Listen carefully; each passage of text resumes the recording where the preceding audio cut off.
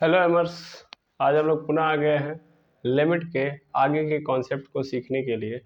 तो अगर आप लोग पूरे लिमिट को अच्छे से ऑब्जर्व कर लिए होंगे तो आज की जो कहानी है लिमिट के आगे जब बढ़ रही है तो एक्चुअल में लिमिट की कहानी शिफ्ट होगी कंटिन्यूटी पे। क्योंकि अगर आप एनसीईआरटी पैटर्न्स को समझोगे तो एनसीईआरटी के अंदर हम लोगों ने 13.1 खत्म कर लिया है। 13.1 खत्म करने का मतलब हम लोगों ने लिमिट्स के बारे में अच्छे तरीके से पढ़ लिया है। अब हमारी जो कहानी है वो पहुंचेगी वहां पे, एनसीईआरटी के हिसाब से चलेंगे तो पहुंचेगी अवकलन पे, यानी डेरिवेट्स के ऊपर जाने वाली है। लेकिन हम उस डेरिवेट्स के ऊपर जाने से पहले कंटिन्यूटी की बात करेंगे। सर क्या कह रहे हैं, बिल्कुल नहीं समझ में आ रहा है? बिल्कुल हम समझा रहे हैं। देखिए हम लोगों ने लिमिट पढ़ा, जितना हमारे क्वेश्चन के अंदर होना चाहिए, मतलब क्वेश्चन के लिए जितना समझना चाहिए वो हम लोगों ने समझा। तो लिमिट एनसीईआरटी चलाने के लिए हम लोगों ने पढ़ ली, लेकिन उसके अलावा भी लिमिट के अंदर बहुत सारे मल्टीपल कॉन्सेप्ट है। तो उन कॉन्सेप्ट को हम बारी बारी अलग अलग वीडियो के थ्रू हम लोग लेके आएंगे और वहां से समझेंगे। ओके, तो एनसीईआरटी का पैटर्न अलग रहेगा और लिमिट को मैं अलग रखूंगा। ठीक है, अब जब लिमिट पढ़ लिया, बेसिक समझ अपने अंदर ला ली, तो अब उसके बाद मुझे पढ़ना है डेरिवेट्स। डेरिवेट्स पढ़ना है, बट ये जो डेरिवेट्स हम पढ़ने जा रहे हैं वो डायरेक्ट अगर हम डेरिवेट्स पे चले जाएंगे तो इसके बीच में एक चैप्टर छूट जाता है, कंटिन्यूटी। ये चैप्टर नहीं, ये कॉन्सेप्ट है जिसको हम चैप्टर बोल के हटा देंगे और बोलेंगे कि डेरिवेशन पढ़ लेते हैं, डायरेक्ट कंटिन्यूटी नहीं पढ़ते हैं। तो थोड़ी सी हमारे लिए, मेरे लिए स्पेशली थोड़ी सी समझ से परे है। मैं चाहता हूँ कि पहले कंटिन्यूटी समझें, बिकॉज अगर लिमिट आपने पढ़ लिया ना तो लिमिट से अटैच्ड है कंटिन्यूटी। और अगर आप बेसिक मतलब समझोगे तो आप पढ़ क्या रहे हो, आप पढ़ रहे हो कैलकुलस। सर ये कब स्टार्ट हुआ? देखिए आपको पता भी नहीं चलेगा और कैलकुलस स्टार्ट हो चुका है। ठीक है ना, कैलकुलस तो उसी दिन स्टार्ट हो गया था जिस दिन आपने क्या पढ़ा था, फंक्शन। कैलकुलस की सबसे पहली बेसिक समझ तभी उपलब्ध होगी जब आपको फंक्शंस पता होंगे, क्योंकि हम मैथ के अंदर 11th के अंदर डील ही क्या कर रहे हैं, अलग अलग टाइप के फंक्शंस को डील कर रहे हैं, है ना। तो हम लोगों ने जिस दिन फंक्शन पढ़ लिया उसी दिन हम लोगों ने कैलकुलस की स्टार्टिंग कर ली। अब उस फंक्शन के अंदर हम लोगों ने लिमिट को डाला। ठीक है ना, यानी अब अगर देखा जाए तो फर्स्ट स्टेप फंक्शन है, फिर सेकंड स्टेप मेरे लिए क्या है, लिमिट है। लिमिट पढ़ लिया, अब उसके बाद क्या पढ़ोगे, कंटिन्यूटी। ठीक है, जब कंटिन्यूटी पढ़ लोगे तब जाके आप क्या कर पाओगे, तब जाके आप पढ़ने में सक्षम हो पाओगे डेरिवेशंस को। दैट मीन्स डेरिवेशन में बार बार बोल रहा हूँ, डिफरेंशिएशन, सॉरी डिफरेंशिएशन। ठीक है, तो डिफरेंशिएशन यानी फंक्शन पढ़ो, फिर लिमिट पढ़ो, फिर कंटिन्यूटी, फिर डिफरेंशिएशन पढ़ो, यानी तब यहाँ से असली में कैलकुलस आप स्टार्ट करने के लायक हो जाओगे। या डेरिवेट्स पढ़ो, जैसे भी समझ में आ रहा है। लेकिन सबसे इंपॉर्टेंट क्या है कि लिमिट, उसके बाद कंटिन्यूटी। क्यों जरूरी है अभी आप खुद समझ जाओगे, अपने समझ से ही आप समझोगे। मैं कुछ अलग नहीं करूंगा, मैं आपको यहाँ पे ये नहीं कर रहा हूँ, कन्विंस कर रहा हूँ कि नहीं आप जबरदस्ती है पहले लिमिट के बाद कंटिन्यूटी पढ़ो। कंटिन्यूटी आपको 12 के अंदर मिलेगी, ठीक है, आपको 11 के अंदर नहीं मिलेगी। लेकिन हम ये नहीं कह रहे कि आप जबरदस्ती पढ़ो, आप खुद समझोगे कि कंटिन्यूटी और लिमिट चूंकि एक साथ है तो हम जाके वहां पे पढ़ेंगे तो बड़ा ब्रेक हो जाएगा। तो उससे बढ़िया पहले हम इसको पढ़ लेते हैं। ओके, चलिए समझते हैं आखिर लिमिट कंटिन्यूटी में कैसे समानताएं हैं और कैसे असमानताएं हैं। तो हम लोगों ने जब लिमिट देखा था तो लिमिट के अंदर एक बात सीखी थी। क्या सीखी थी कि मान लीजिए कोई फंक्शन है और इस फंक्शन की जो वैल्यू है किसी गिवन पॉइंट पे निकालना चाह रहा हूँ मैं। जैसे मैं क्या कर रहा हूँ, कोई फंक्शन है एफ एक्स और इस एफ एक्स की वैल्यू में x is equal to a पे निकालना चाहता हूँ। ओके, इस फंक्शन की वैल्यू में x is equal to a पे निकालना चाहता हूँ। तो हम लोगों ने लिमिट के अंदर ये देखा था कि एक्चुअल में हम लोगों ने लिमिट को इसलिए लाया था ताकि हम अनडिफाइंड फंक्शन को डिफाइन कर पाए। ठीक है, या हम किसी पॉइंट के अबाउट किसी फंक्शन के नेबरहुड को स्टडी कर पाए। भाई लिमिट है क्या, लिमिट एक्चुअल में क्या बताता है, पड़ोसियों की जानकारी देता है ना। और इन पड़ोसियों की क्या बोलते हैं, चाल चलन के आधार पे उस पॉइंट पे यानी अपने बिहेवियर का क्या करता है, निर्धारण करता है जिस पॉइंट पे हमको चाहिए। ठीक है ना, तो पड़ोसियों का यहाँ पे अध्ययन होता है। सिंपल बात यही है।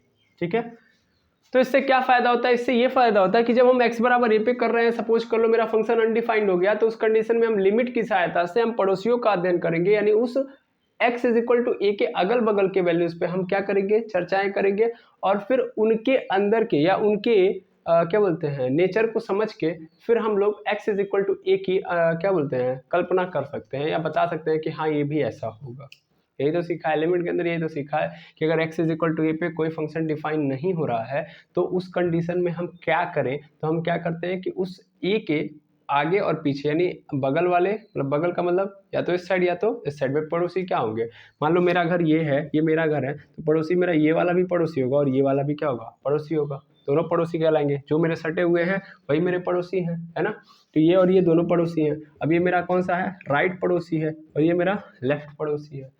तो यही चीज हम राइट वाले पोर्शन पे देखेंगे किसी नंबर को और लेफ्ट वाले पोर्शन पे किसी नंबर को देख लेंगे और उस नंबर पे हम फंक्शन को देखेंगे। यानी लेफ्ट वाले मतलब मेरे, ये मेरा है, मेरे पे ही डिफाइन करना है, इस पे ही डिफाइन करना है, लेकिन इस डिफाइन वाले पॉइंट के बगल में लेफ्ट वाले पॉइंट पे हम देखेंगे फंक्शन कैसा है, राइट वाले वैल्यू पे हम देखेंगे फंक्शन कैसा है। और जब मुझे दिखेगा कि भैया राइट वाला और लेफ्ट वाला दोनों बराबर है, समझ पा रहे हैं, राइट वाला और लेफ्ट वाला दोनों का नेचर सेम है, तो दोनों का अगर नेचर सेम होगा तभी मैं डिफाइन कर पाऊंगा मेरा नेचर। मेरा नेचर मतलब कि इस डी वाले पॉइंट पे जिस पे डिफाइन करना है वो कैसा नेचर का होगा, है ना। यही तो समझा हमने लिमिट में। लेकिन सपोज कर लो कि मेरे इस वाले पर्सन का नेचर, मतलब इस वाले पड़ोसी का नेचर कुछ और है और इस वाले पड़ोसी का नेचर कुछ और है, तो मैं अपना नेचर नहीं डिफाइन कर सकता, है ना।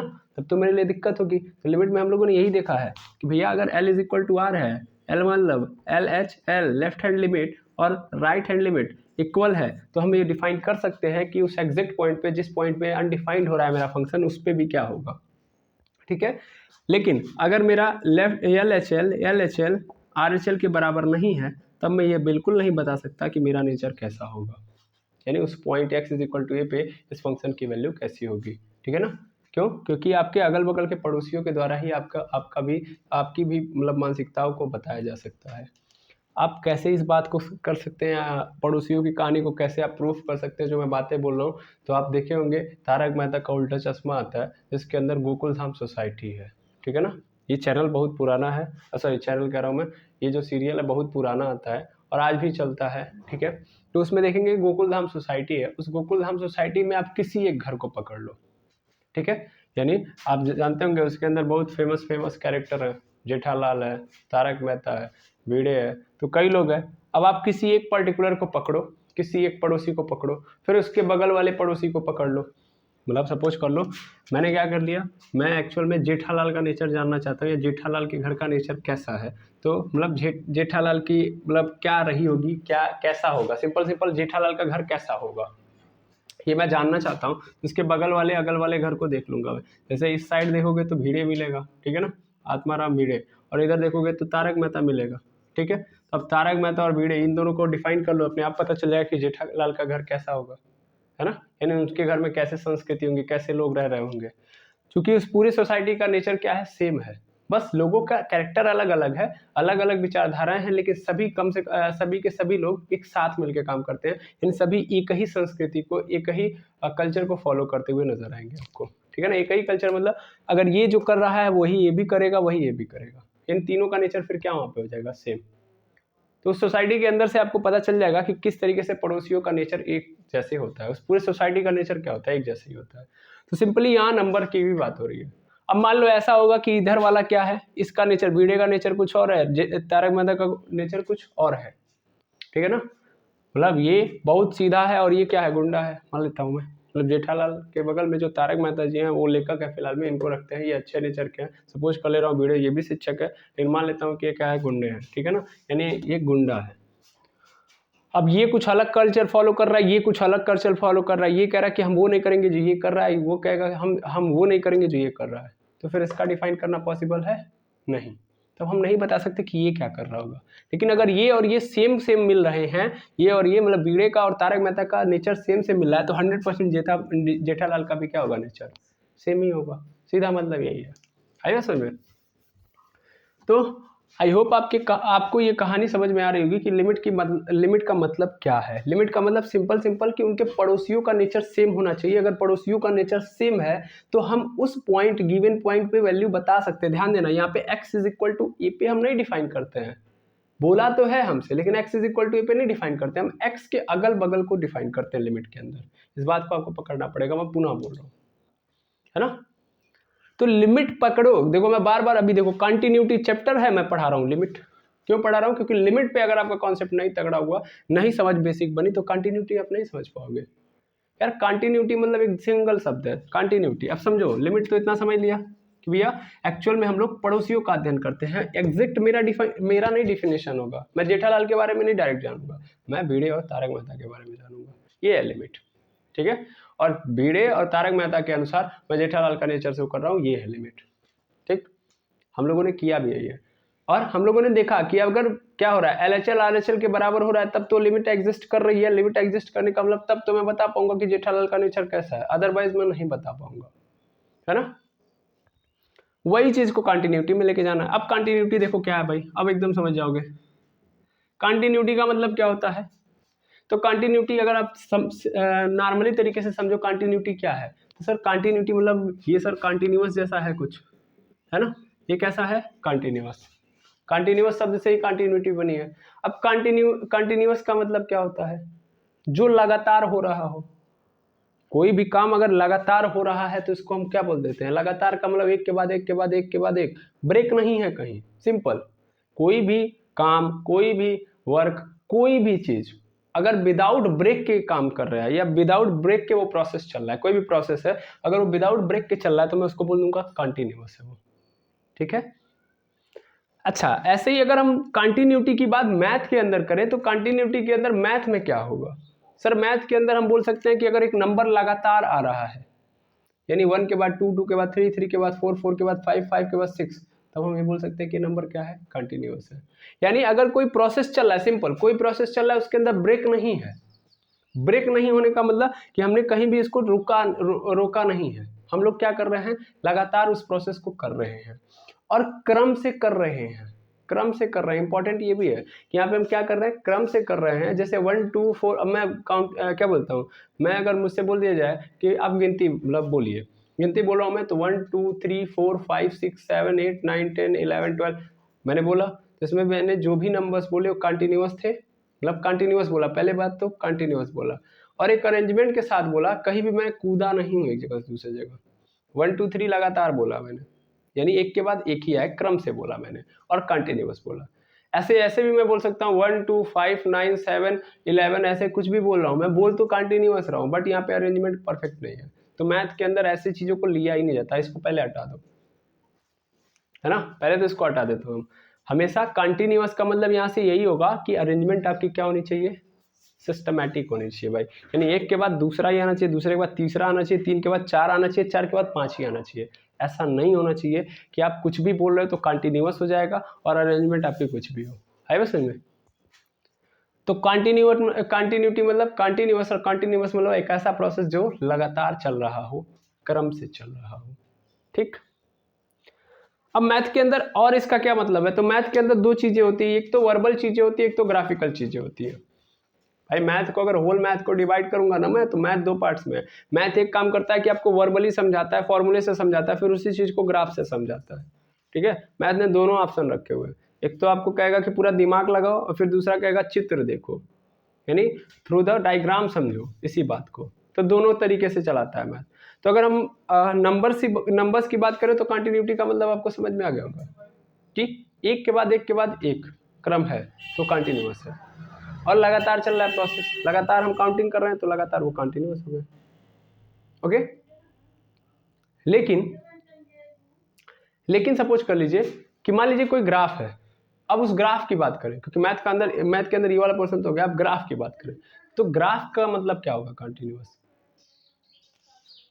चलिए देखिएगा, ग्राफ, अगर मैं ग्राफ की बात करूं यहां पे तो देखिएगा, मान लेता हूं कि मैं एक ग्राफ ऐसे करके बना रहा हूं। ठीक है, तो ग्राफ के अंदर ये लाइन ही बताती है इस ग्राफ का नेचर। देखिए मेन ये होता है, ये तो एक्सिस है, ये है ग्राफ, ग्राफ ये वाली लाइन है। ठीक है, अब अगर मैं बात करूं इस ग्राफ की, तो ये सभी, ये जो पूरा पूरा ग्राफ है, ये बहुत सारे पॉइंट से मिलकर बना है। ये सर नो, ये ग्राफ जो है बहुत सारे पॉइंट से मिलकर बना है कि नहीं बना है? बिल्कुल। सर पॉइंट कहां से आ गया? भाई ये ग्राफ में तुमने ड्रॉ कहाँ से किया होगा, ड्रॉ तो करने आया होगा ना, तो तुमने एक्स पे वैल्यू ली होगी, वही वैल्यू वाई पे, फिर मतलब एक्स पे वैल्यू ले रहे होगे, वाई पे जो मान आ रहा होगा उसको मिला दे रहे हो, पॉइंट बन जा रहा होगा। अगर मैं एक्स पे 3 ले रहा हूँ तो वाई की वैल्यू 4 आ रही है, तो 4 के सामने लेके जाऊंगा इधर से, और इधर 3 के सामने लेके जाऊंगा, यहाँ पे मिल गया, वो मेरा पॉइंट बन गया। बन गया, कहने का अर्थ सिंपल यही है। यानी इस ग्राफ को देखूं तो कंटिन्यू क्या है, इस ग्राफ को देखूं तो बहुत सारे इसके अंदर क्या है, पॉइंट है, और वो पॉइंट ऐसे आए हुए हैं। सपोज कर लो, अब इसको मैं कंटिन्यूअस है कि नहीं कंटिन्यूअस है इस पे बात करके लेके आऊँ, यानी इस बात पे लेके आऊँ। तो एक तो सबसे सिंपल और बहुत नॉर्मल भाषा में बात करूँ तो ग्राफ का एक कंटिन्यूटी चेक करने का एक सिंपल तरीका है कि अगर मान लो मैं पेन यहाँ पे रखा और पेन रख के मैं इस इंड से स्टार्ट किया चलना, और मैं चलते गया चलते गया चलते गया चलते गया चलते गया चलते गया इंड तक पहुँच गया, कहीं भी मेरे ग्राफ के अंदर पेन नहीं उठाना पड़ा, यानी बिना लिफ्ट किए हुए पेन या बिना उठाए हुए पेन को मैंने पूरे ग्राफ को कवर कर दिया, या जितना भी पॉइंट किया, इसका मतलब ये क्या हो गया, कंटिन्यूअस है। सभी पॉइंट्स मैंने कवर कर लिए कि नहीं कर लिए, यानी जितना भी पॉइंट ऐसे छोड़ो जाए तो इतना छोड़ देता हूँ, मैं इतना ही लेता हूँ। तो इतना दूर ग्राफ के अंदर मैंने पेन उठाया नहीं उठाया, तो इसका मतलब इतना पोर्शन क्या है मेरे ग्राफ का, कंटिन्यूअस है। ठीक है, यानी ये पोर्शन मेरा क्या है, कंप्लीट है, यानी ये मेरा कंटिन्यूअस ग्राफ कहलाएगा। कंटिन्यूअस का मतलब क्या, तो कंटिन्यूअस का मतलब सिंपल यही कि अगर मैं ग्राफ को पकड़ूं तो उसके सभी पॉइंट्स को मैं बिना पेन उठाए क्या कर लूं, कवर कर लूं, तो ये मेरा कंटिन्यूअस ग्राफ है। भाई देखो, हम मैथ के अंदर डील किसको करते हैं, मैथ के अंदर हम फंक्शन को डील करते हैं, और हर फंक्शन का अपना ग्राफ होता है ना, हर फंक्शन का अपना क्या होता है, ग्राफ होता है। हमें एक्चुअल में ना उन फंक्शंस के अंदर कंटिन्यूटी चेक करनी है। अब कंटिन्यूटी मतलब अभी समझ में आएगा, अभी भी नहीं फील आया होगा, मैं बता रहा हूँ, अभी तो मैंने लिमिट को इसमें डाला भी नहीं है, तभी आप कहाँ से पकड़ पाओगे कि सर लिमिट और कंटिन्यूटी कैसे एक है। अभी तो लिमिट का कॉन्सेप्ट समझा, अभी कंटिन्यूटी आई भी नहीं, अभी तो कंटिन्यूटी का हम लोग बेसिक इंट्रोडक्शन समझ रहे हैं, कंटिन्यूटी क्या है, तब हम लिमिट को उसके अंदर लेके आएंगे। तो कंटिन्यूटी मतलब अगर ग्राफ है, किसी भी फंक्शन का मैं ग्राफ पकड़ रहा हूँ और उस ग्राफ के अंदर मैं जब पेन रख रहा हूँ एक पॉइंट पे, तो एक पॉइंट से दूसरे पॉइंट तक जब मैं चल रहा हूँ तो उस कंडीशन में मेरा पेन उठाना नहीं पड़ रहा है, तो जितने पोर्शन तक मुझे पेन नहीं उठाना पड़ रहा है उतने दूर तक मेरा वो जो फंक्शन है वो क्या है, मेरा कंटिन्यूअस है। अगर मुझे पेन उठा के फिर पॉइंट्स को पकड़ना पड़ा तब मेरा क्या हो जाएगा, डिसकंटिन्यूअस है। मैंने बोला कूदी कूदा नहीं चलेगा, अरेंजमेंट सिस्टमैटिक होनी चाहिए। ठीक है, अच्छा इसको और समझो, इसको और समझो। मान लो मेरा कोई फंक्शन है, उसके अंदर ग्राफ कुछ इस तरीके से है, ठीक है, इस तरीके से। ये सभी के सभी क्या है, पॉइंट्स हैं। पहली बात तो क्या ये कंटिन्यूअस ग्राफ है, हाँ या ना, बिल्कुल है। अभी जब मैंने बनाया ही तो पेन नहीं उठाया था, अभी बनाया मैंने तो पेन उठाया मैंने नहीं उठाया, तो ये क्या है, कंटिन्यूअस है कि नहीं है। कहीं भी मुझे पेन नहीं उठाना पड़ा, कितने दूर तक, पूरे सर पूरे दूर तक हमको, मतलब पूरे ग्राफ के दौरान हमको पेन नहीं उठाना पड़ा। इसका मतलब ये पूरा ग्राफ कंटिन्यूअस है। ग्राफ कंटिन्यूअस तो मतलब ये जिस फंक्शन का ग्राफ है वो फंक्शन भी कंटिन्यूअस है, यानी उसके किसी भी पॉइंट पे आप जाओगे तो फंक्शन डिसकंटिन्यूअस नहीं हो रहा है, उसमें अंदर वैल्यू डालो वो कभी भी क्या नहीं हो रहा है, डिसकंटिन्यूअस नहीं हो रहा है। कौन सी वैल्यू है, एक्स की पॉजिटिव वैल्यूज पे, एक्स की कोई पॉजिटिव वैल्यू डालूंगा ग्राफ मेरा कंटिन्यूअस डिसकंटिन्यूअस नहीं है। यहाँ से ये पता चल रहा है। थोड़ा और डील करते हैं। अब आप लोगों ने पढ़ा होगा, हम लोगों ने इससे पहले ही पढ़ा है, कौन सा फंक्शन, मॉडुलस फंक्शन। कौन सा फंक्शन, मॉडुलस। उससे भी पहले कौन सा पढ़ा, पीस वाइज फंक्शन। तो पीस वाइज फंक्शन पढ़ा था, तो चलिए वहां पे हम लोग चलते हैं ना, पीस वाइज फंक्शन पढ़ा है तो वहां पे पहले पकड़ते हैं। चलिए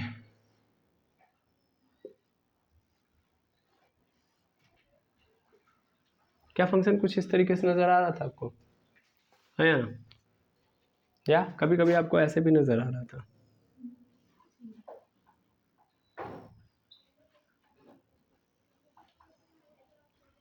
सपोज कर ले रहा हूँ ऐसे, दो ग्राफ नहीं बनाता हूँ मैं, एक ही सिंगल ग्राफ लेता हूँ।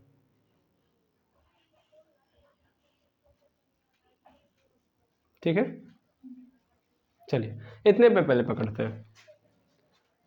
तो मान लीजिए एक ही फंक्शन का ग्राफ है ये, एक ही फंक्शन के अंदर मैं देखूंगा एक ही फंक्शन का ग्राफ है ये, पीस वाइज फंक्शन मतलब एक ही फंक्शन है, उसके अंदर कई सारे सब फंक्शन है तो वो बात अलग है। फिर मान लेता हूँ एक ही फंक्शन है ना, एक ही फंक्शन के अंदर कई सारे सब फंक्शंस बने होते हैं।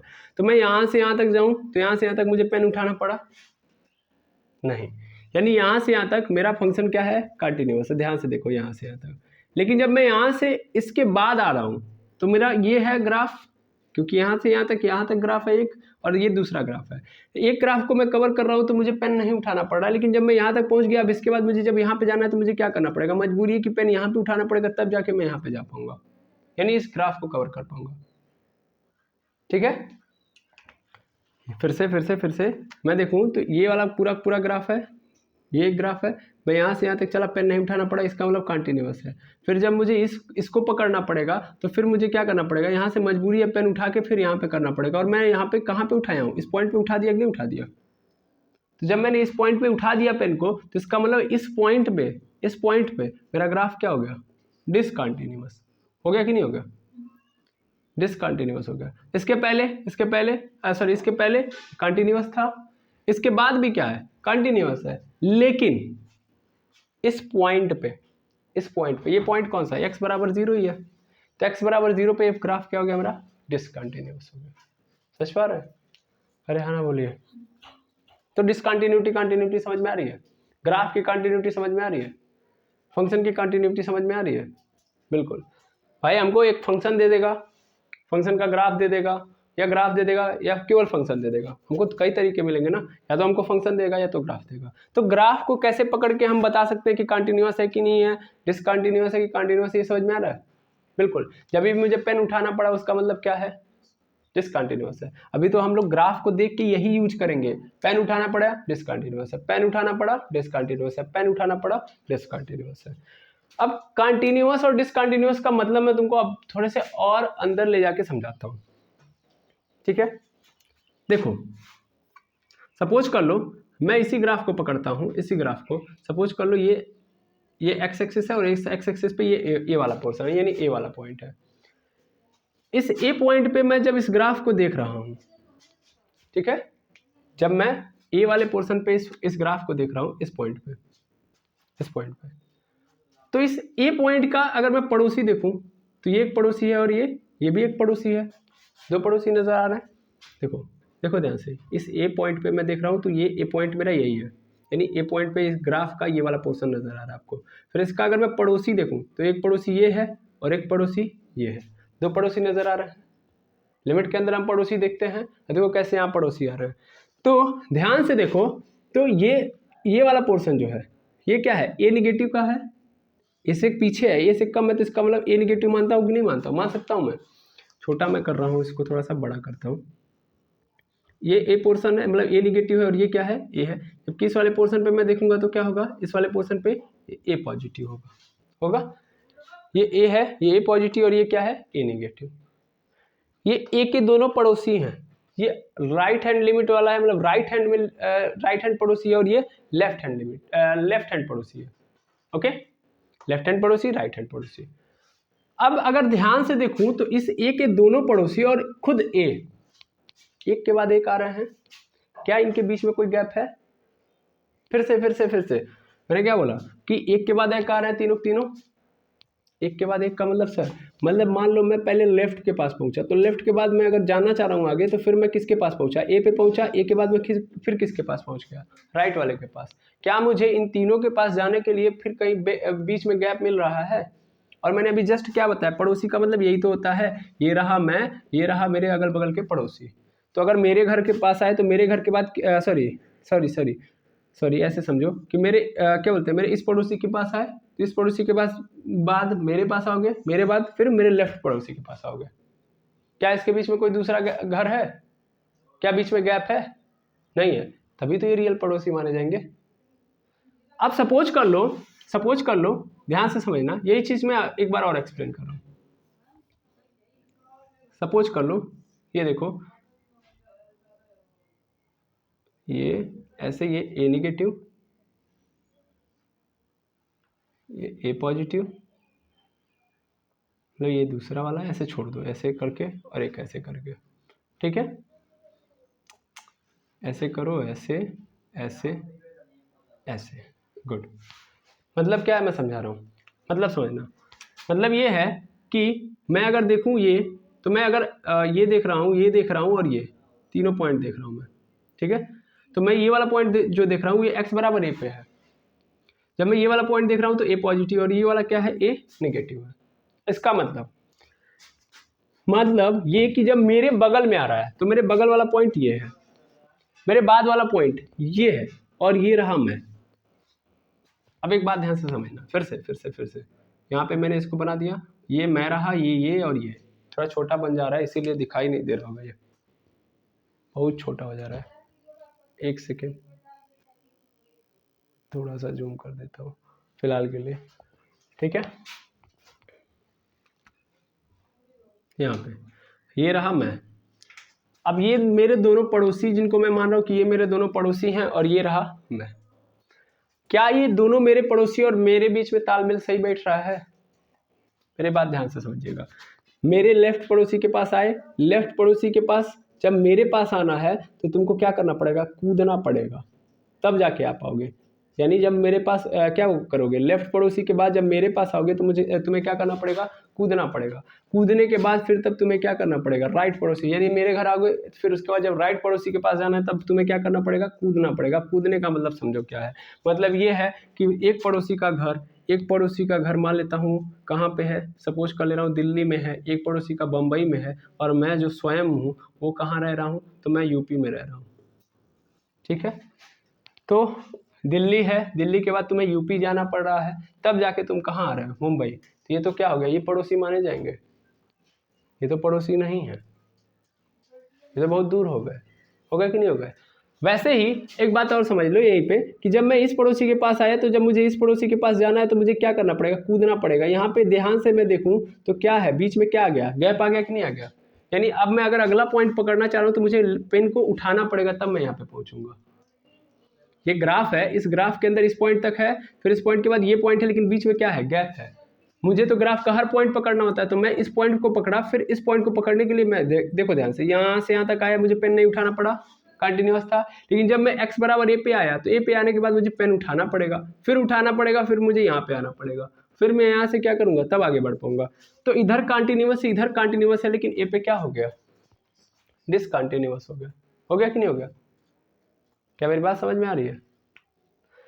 इसका मतलब अगर पड़ोसी आपस में तालमेल नहीं बैठा पा रहे हैं, यानी एक के बाद एक पड़ोसी क्रम से नहीं आ रहे हैं, मतलब LHL आना चाहिए फिर RHL आना चाहिए, नहीं LHL आना चाहिए, फिर वो फंक्शन बनी जिस पॉइंट पे देख रहा हूँ वो पॉइंट आना चाहिए, उसके बाद फिर उसका RHL आना चाहिए। अगर ये तीनों एक साथ आ रहे हैं तब मेरा फंक्शन क्या होगा, कंटिन्यूअस।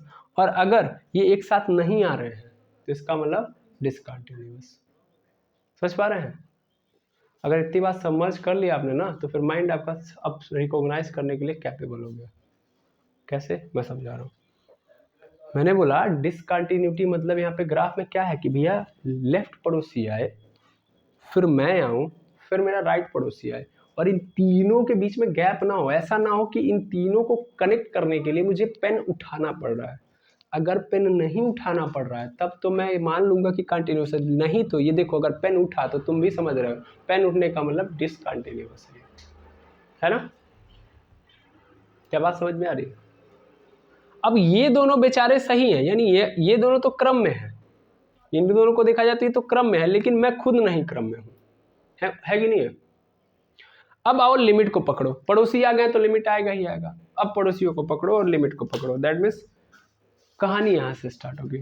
लिमिट के अंदर हम लोगों ने यही तो सीखा है भाई, पड़ोसियों के बारे में जानना, कि एक फंक्शन है, उस फंक्शन के अंदर एक कोई पॉइंट है, इस पॉइंट के ऊपर हम देखते हैं कि ये फंक्शन डिफाइंड है कि नहीं है। डिफाइंड मतलब कि भैया इस पे हम इस फंक्शन की वैल्यू फाइंड आउट कर सकते हैं कि नहीं कर सकते हैं। और इस वैल्यू को फाइंड आउट करने के लिए हम लोग क्या करते हैं, तो इस वैल्यू को फाइंड आउट करने के लिए हम इनके पड़ोसियों को पकड़ते हैं और पड़ोसियों के थ्रू हम लोग इस पॉइंट को फाइंड आउट कर लेते हैं। जैसे मान लो कि अगर मान लेते हैं कोई फंक्शन f ऑफ x है और इसके अंदर मैं अगर a वैल्यू डाल रहा हूँ, यानी x की वैल्यू क्या डाल दे रहा हूँ, a, तो ये क्या हो जा रहा है, अनडिफाइंड। तो मैं क्या करता हूँ, मैं यहाँ से LHL निकालता हूँ। LHL मतलब f a positive sorry a negative x tends to a, ठीक है। और फिर मैं निकालता हूँ f a पॉजिटिव और फिर वो भी किसके बराबर, x टेंस टू a। और देखता हूँ ये दोनों दोनों बराबर आ रहे हैं कि नहीं आ रहे हैं, इसको क्या बोलते हैं RHL। अगर ये दोनों बराबर आ गए तो इसका मतलब मेरा वो जो पॉइंट है x बराबर a पे वो ऐसा ही होगा जैसे ये दोनों दिख रहे हैं। ठीक है, यहां से मैं अनुमान लगा देता था। लेकिन अगर सपोज कर लो ये बराबर नहीं है, ये बराबर नहीं आ रहा है, अगर ये बराबर नहीं आ रहा है यानी लेफ्ट पड़ोसी राइट पड़ोसी के बराबर नहीं आ रहा है, तो सीधा अर्थ यही है कि इनके बीच में क्या है, गैप है, यानी दूरी है। और दूरी कहाँ से क्रिएट हुई कि भैया ये ए यहाँ पे नहीं है, तब मैं ए को डिफाइन नहीं कर सकता। इसका मतलब सीधा यही है, जो देखो ध्यान से, अगर ये कॉन्टिन्यूअस होता, अगर ये क्या होता कॉन्टिन्यूअस, फिर से देखो ये यहाँ पे है, एक यहाँ पे, थोड़ा सा मैं और गैप बना के करता हूँ जानबूझ के ताकि आप समझो। ये यहाँ पे है कौन, ए माइनस, और ए प्लस कहाँ पे, यहाँ पे है, और ये ए कहाँ पे है, यहाँ पे है। ये कंटिन्यूअस नहीं है, यानी लेफ्ट पड़ोसी और राइट पड़ोसी के बीच में गैप आ गया। लेफ्ट पड़ोसी और राइट पड़ोसी के बीच में गैप आ गया, तो गैप क्यों आया, क्योंकि मैं वहां पे नहीं हूं। बेसिक तरीके से समझो, ये मेरा लेफ्ट पड़ोसी है, ये मेरा राइट पड़ोसी है, मैं हूं। मेरा घर अगर यहाँ से हट गया तो इसका मतलब क्या है, बीच में गैप आ गया कि नहीं आ गया, गैप आ गया। तो अगर गैप आ गया तो इसका मतलब ये पोर्शन खाली है, और ये पोर्शन खाली है तो हम दोनों पड़ोसी तब नहीं है, यानी ये और ये दोनों आपस में संबंध तब नहीं रख पाएंगे, ये दोनों आपस में संबंध स्थापित नहीं कर पाएंगे। जब ये दोनों आपस में तब संबंध नहीं स्थापित करेंगे तो मेरे बारे में तो जानकारी लेना असंभव है ना। ये तो कहानी कही जा रही है, यानी एक्चुअल में जो डिसकंटिन्यूटी देख रहे हो सर वो लिमिट ही तो है, लिमिट तो बता दे रहा है आपको, है ना। लिमिट क्या बता रहा है, लिमिट यही तो बता रहा है कि left hand limit right hand limit अगर नहीं बराबर है तो इसका मतलब मैं कहाँ हूँ मैं नहीं बता सकता, और अगर मैं नहीं बताया जा सकता, मेरे बारे में नहीं अनुमान लगाया जा सकता, तो इसका मतलब ये ग्राफ भी क्या है, डिसकंटिन्यूअस है। क्यों डिसकंटिन्यूअस है, क्योंकि मेरा वाला पॉइंट कहीं और होगा, और मेरा वाला पॉइंट अगर कहीं और होगा तो इसका मतलब वो क्या क्रिएट करेगा, गैप क्रिएट करेगा, और वो गैप क्रिएट करेगा तो मुझे उस पॉइंट पे क्या करना पड़ेगा, पेन उठाना पड़ेगा, पेन उठाना पड़ेगा। इसका मतलब मैं डिसकंटिन्यूअस ग्राफ क्रिएट करूंगा, डिसकंटिन्यूअस ग्राफ क्रिएट करूंगा तो इसका मतलब जिस फंक्शन का मैं बना हूं वो डिसकंटिन्यूअस फंक्शन है। समझ में आया। तो लिमिट और कॉन्टिन्यूटी एक साथ आ रहा है कि नहीं आ रहा है, लिमिट और कॉन्टिन्यूटी में कोई बहुत फर्क नजर आ रहा है, सेम तो है। अब बेसिक फर्क ध्यान देना क्या होता है, एक्चुअल में लिमिट में हम लोग पड़ोसियों का अध्ययन करते हैं, और एक्चुअल में जब कंटिन्यूटी में आओगे तो कंटिन्यूटी में ये चेक किया जाता है कि ये बताते नहीं ए पे है कि नहीं है कंटिन्यूअस, बी पे है कि नहीं कंटिन्यूअस। यहाँ पे ऐसे बोलेगा कि भैया ये एक फंक्शन है, एक फंक्शन है एक्स, एफ ऑफ एक्स, तो इसके पड़ोसियों के बारे में जानकारी दो, यानी एक्स टेंस टू ए, तो एक्स टेंस टू यानी इसके पड़ोसियों के बारे में जानकारी दो, तो हमको बताओ, यानी इसके पड़ोसियों के बारे में जानकारी लिमिट दे रहा है। अब इसमें कहेगा कि नहीं हमको पड़ोसी तो जानना ही जानना है, पड़ोसी तो हमको चाहिए ही चाहिए, लेकिन उसके साथ साथ मुझे ये भी बताओ कि x बराबर ए पे क्या नेचर है, यानी x बराबर ए पे ग्राफ कंटिन्यूअस है कि नहीं है। ये देखो बातें अलग अलग है, इसकी बात अलग है, इसकी बात अलग है। ये पड़ोसी पूछ रहा है, ये कह रहा है कि उस पर कंटिन्यूअस है कि नहीं कंटिन्यूअस है, लेकिन अंदर से घुस के देखो तो क्या है, दोनों बातें की तो है। ये पड़ोसी देख रहा है left hand limit right hand limit, और इसको भी मुझे पता करना है कि ये पे कंटिन्यूअस है कि नहीं है, तो इसका मतलब सीधा अर्थ है ना कि लेफ्ट पड़ोसी और राइट पड़ोसी एक साथ उसके होने चाहिए। अगर एक साथ लेके आ जा रहा है तब तो क्या है, ये कंटिन्यूअस है। सपोज कर लो मैं x बराबर ए पे, अच्छा बड़े अच्छे से समझना, मैं इसको मिटा दे रहा हूँ। इसने बोला x बराबर ए पे बताओ कंटिन्यूअस है कि नहीं है, x बराबर ए पे बोला कंटिन्यूअस है कि नहीं है। मैं पड़ोसियों को भूल जा रहा हूँ, मैं कह रहा हूँ लिमिट तो अपना चैप्टर है, वो अपना अलग चैप्टर है, मैं अलग चैप्टर हूँ, तो कंटिन्यूटी में चेक करूँ x बराबर ए पे। अब x बराबर ए पे मैंने कंटिन्यूटी चेक करी, तो कैसे चेक करूंगा भाई, x बराबर ए पे मुझे कोई वैल्यू मिल गई, सपोज कर लो 4 मिल गई, अब इस 4 से तुम पता कर लोगे, कोई फंक्शन दिया है उस पर x बराबर ए डाल दो, या यानी x की कोई वैल्यू डालो, उसकी वैल्यू क्या आ रही है 4, तो उससे तुम पता कर पाओगे कि कंटिन्यूअस है कि नहीं है। कंटिन्यूअस होने के लिए क्या होना चाहिए, उसके बगल वाला पॉइंट और उसके आगे वाला पॉइंट तीनों एक साथ होने चाहिए, तभी तो कंटिन्यूअस माना जाएगा। यानी ये वाला पोर्शन और ये वाला पोर्शन ये क्या हो, एक साथ हो, तो एक साथ जब रहेंगे तब मैं बोल सकता हूँ कि ये एक्चुअल में क्या है, जो पॉइंट है ये क्या है, कंटिन्यूअस है।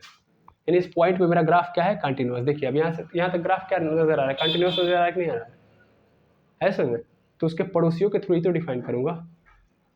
ठीक है, अब यहाँ से पड़ोसी तो आएंगे ही आएंगे, ये समझ में आ गया, यानी लिमिट तो आना ही आना है, क्योंकि लिमिट से ही कंटिन्यूटी चेक करेंगे। लेकिन एक बात याद ध्यान देंगे, यहाँ पे हमेशा भूलिएगा मत, लिमिट के अंदर केवल पड़ोसी आएंगे, इसके अंदर हम उस पॉइंट को भी पकड़ेंगे और उनके पड़ोसियों को भी पकड़ेंगे। अब ऐसा नहीं केवल पड़ोसी देख के हम नहीं बता सकते, मतलब मैंने क्या किया कि मैंने बोला कोई फंक्शन है, फंक्शन यही वाला है और x टेंस टू ए, मतलब x is equal to a पे चेक करना है, तो x is equal to a पे चेक कर लेते हैं, तो वो तो नहीं हो पाएगा। केवल पड़ोसी चेक कर रहा हूँ, केवल पड़ोसी चेक कर रहा हूँ, यानी अगल बगल वाले को चेक कर लिया, इसको नहीं चेक किया। जैसे अभी जस्ट देखा तुम लोगों ने, देखा ना, यानी ये है सपोज कर लीजिए, ये एक्स ए माइनस है और ये क्या है ए प्लस है, ए माइनस ए प्लस मिल गया। अब मेरा एक्स ए पे कहाँ था, यहाँ पे था कि नहीं था, यानी इस पॉइंट पे मेरा ए था। तो ये जब इस पॉइंट पे आ जा रहा है तो भी तो दिक्कत है। लेफ्ट पड़ोसी राइट पड़ोसी भले एक साथ नजर आ रहे हैं, लेकिन हो सकता है मेरा ए पे वैल्यू क्या हो जाए, आगे पीछे हो जाए, तो डिसकंटिन्यूटी का कहानी चेंज कर देगा ना। तो लिमिट और डिसकंटिन्यूटी, लिमिट और कंटिन्यूटी में बस बेसिक सा डिफरेंस यही है कि लिमिट के अंदर हम केवल लेफ्ट हैंड लिमिट निकालते हैं, राइट हैंड लिमिट निकालते हैं। लेकिन इसमें हम लोग क्या करेंगे, लिमिट के अंदर कंटिन्यूटी के अंदर लेफ्ट हैंड लिमिट निकालेंगे, राइट हैंड लिमिट निकालेंगे, और उस पर्टिकुलर वैल्यू पे भी हम निकालेंगे। भाई x is equal to a पे निकालना है ना तुमको कि कंटिन्यूअस है कि नहीं है, तो x is equal to a पे देखेंगे, इसके लेफ्ट हैंड लिमिट को भी देखेंगे, राइट हैंड लिमिट को भी देखेंगे। अगर तीनों बराबर आ रहा है तो इसका मतलब ये क्या है, ग्राफ कंटिन्यूअस है। अदरवाइज तीनों बराबर नहीं है तो इसका मतलब कोई पॉइंट इधर है, कोई पॉइंट इधर है। जैसे मान लो लेफ्ट हैंड लिमिट की वैल्यू 4 आ गई, राइट हैंड लिमिट की भी 4 आ गई, फंक्शन की वैल्यू 5 आ रही है, तो इसका मतलब क्या है, मतलब एक्स पे ए पे वैल्यू क्या आ रही है 5, मतलब सिंपल। तो क्या होगा, ये 4 ये दोनों बराबरी पे रहेंगे, ये दोनों 4 पे ही रहेंगे, लेकिन ये 5 हो गया तो यहाँ पे आ गया, तो क्या डिसकंटिन्यूअस हो गया कि नहीं हो गया। तो अगर किसी को मैं कंटिन्यूअस बोल रहा हूँ तो इसका मतलब क्या है, इसका मतलब बेसिक मतलब यही है कि उसके लेफ्ट हैंड लिमिट और राइट हैंड लिमिट और उसके फंक्शन की वैल्यू तीनों क्या होनी चाहिए, सेम। लेकिन जबकि हम लोग लिमिट के अंदर क्या निकाल रहे थे, केवल लेफ्ट हैंड लिमिट और राइट हैंड लिमिट, वो दोनों बराबर हैं, तो इसका मतलब मुझे उसका नेचर पता चल जाएगा। ठीक है, तो बताइए लिमिट और कंटिन्यूटी के अंदर डिफरेंस कितना है, बहुत थोड़ा सा। अगर हम इस चैप्टर को छोड़ दें कंटिन्यूटी को तो हमारे लिए लॉस है कि नहीं है, क्योंकि हम अपनी समझ को विकसित किए, अगर हम कंटिन्यूटी में यहाँ पे यूज कर ले तो हमको नया कुछ नहीं समझना पड़ेगा, है ना, हम वही करेंगे जो लिमिट में करते हैं, है ना। तो आई होप अब आपको कॉन्सेप्ट इसका कंटिन्यूटी का समझ में आ गया होगा कि करेंगे क्या इसके अंदर हम। ठीक है, तो आज के लिए इतना ही, मिलते हैं नेक्स्ट वीडियो में जहाँ पे हम लोग फिर नए तरीके से कंटिन्यूटी को और अच्छे से समझेंगे with the help of graph, फिर डेफिनेशन वगैरह सब पढ़ेंगे। आज केवल बेसिक समझ उत्पन्न करानी थी तो इसलिए मैंने केवल अपना भाषण दिया। इस भाषण के थ्रू बस आपको समझाने का पर्पज़ यही है कि कंटिन्यूटी आप समझो कितना ये लिमिट से रिलेटेड है। ठीक है, बस उसके महत्व को समझाने के लिए मैं वीडियो बनाया हूँ। Okay, thank you very much.